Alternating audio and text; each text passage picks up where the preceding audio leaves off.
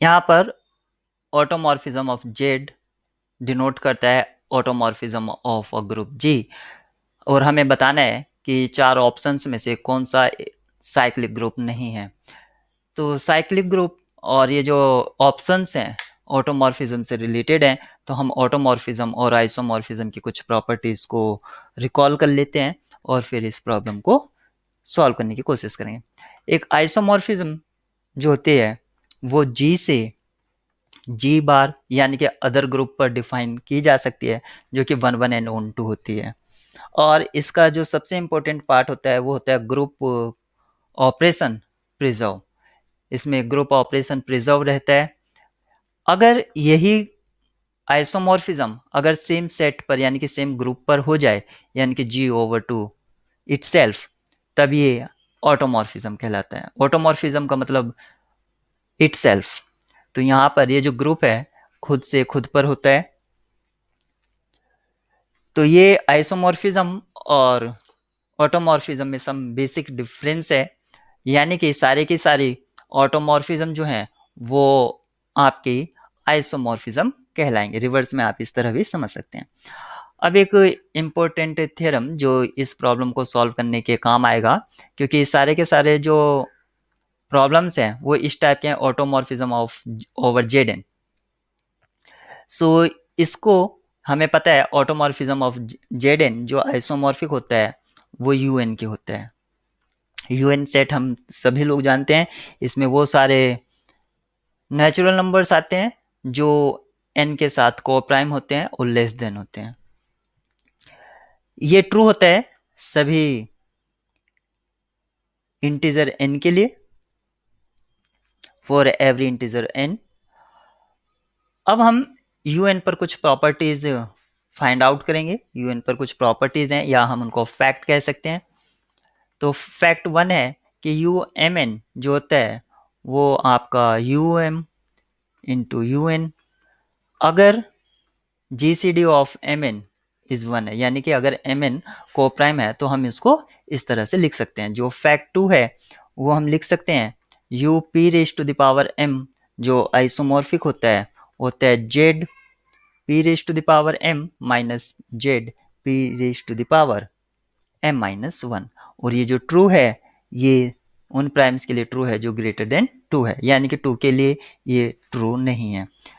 यहाँ पर 3 जो पॉइंट है u 2 raise to the power m जो आइसोमॉर्फिक होता है वो z2 direct sum with z2 raise to the power m minus 2, और ये जो m है यहाँ पर ये ग्रेटर देन 2 होना चाहिए, यानी कि क्या तो ये बोलो या आप ये बोल सकते हैं m greater than equal to 3। एक और बात करेंगे u4 ये जो आइसोमॉर्फिक होता है डायरेक्टली Z2 के होता है। आप इसको फाइंड आउट भी कर सकते हैं किस तरह होता है। और u2 जो सेट है उसमें सिर्फ एक एलिमेंट होता है और वो होता है 0। तो ये आपके 4 5 फैक्ट्स हैं। एक फैक्ट और याद रखेंगे, अगर यू एन साइक्लिक है means if and only if U n cyclic होगा अगर एन का जो वैल्यू है वो 1 2 4 या p raise to the power k या 2p raise to the power k है। अगर इस टाइप से है where p is odd prime and k is greater than equal to 1, where p is odd prime का मतलब यानी कि 2 नहीं होना चाहिए, बाकी कुछ भी हो सकता है क्योंकि 2 इवन प्राइम होता है। ओड प्राइम है और k का जो वैल्यू है वो ग्रेटर देन इक्वल टू 1 है। अगर इस केस में है तो हम डायरेक्ट कह सकते हैं यूएन साइक्लिक होगा। जैसे कि n का वैल्यू 4 है तो u4 आपका साइक्लिक होगा। तो पहला ऑप्शन आपका यहीं पर डिस्कार्ड हो जाता है, क्योंकि हमें पहले चेक करना है ऑटोमॉर्फिज्म, ये फर्स्ट ऑप्शन है ऑटोमॉर्फिज्म ऑफ Z4, और हमें ये पता करना है कि साइक्लिक है या नहीं है। जो फैक्ट अभी हमने डिस्कस करे उसकी हेल्प से हम लिख सकते हैं ये आइसोमॉर्फिक होगा U4 के। और अभी मैंने बताया कि UN साइक्लिक होता है अगर या if and only if n का value 1 2 4 p raise to the power k या 2 p raise to the power k type का होता है। तो यहाँ पर 4 है तो U4 जो है वो साइक्लिक होगा, या पहले मैंने बताया ये जो आइसोमॉर्फिक होता है Z2 के, और Z2 भी साइक्लिक होता है। दूसरा है ऑटोमॉर्फिज्म ऑफ Z6, और Z6 जो है वो आइसोमॉर्फिक होगा U6 के, और U6 को हम लिख सकते हैं U2 इंटू U3, क्योंकि यहाँ पर 2 3 का जो GCD है वो 1 होता है, या U6 को हम लिख सकते हैं 1,5, इसमें 2 ही एलिमेंट्स होंगे, और ये आइसोमॉर्फिक होगा Z2 के, और Z2 जो होता है हमारा साइक्लिक ग्रुप होता है। बात करते हैं थर्ड सेट की, ऑटोमॉर्फिज्म ऑफ Z8, और Z8 जो आइसोमॉर्फिक होगा वो U8 के होगा, और U8 को हम लिख सकते हैं U2 rays to the power 3, और ये आइसोमॉर्फिक होता है Z2 direct sum with Z2।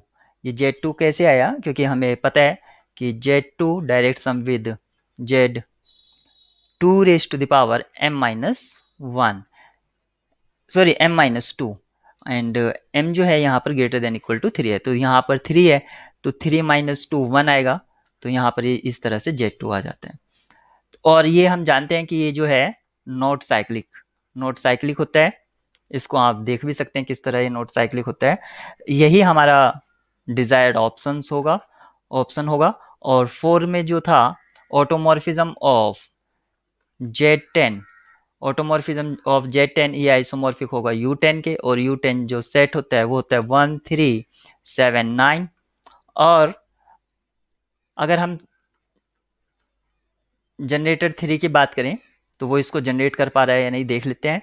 ये क्या होगा, 3 रेज़ टू द पावर 1 3 हो जाएगा, 3 रेज़ टू द पावर 2 9, ये हो जाएगा 3 रेज़ टू द पावर 3 27, और जब इस पर मॉड्यूलो अप्लाई करेंगे तो ये आपका होगा 7, क्योंकि मॉड्यूलो 10 भी इस पर वर्क कर रहा है, और 3 रेज़ टू द पावर 4 जो होगा वो 1 होगा, यानी कि 81, और मॉड्यूलो अप्लाई करने पर वो 1 रिमाइंडर दे देगा।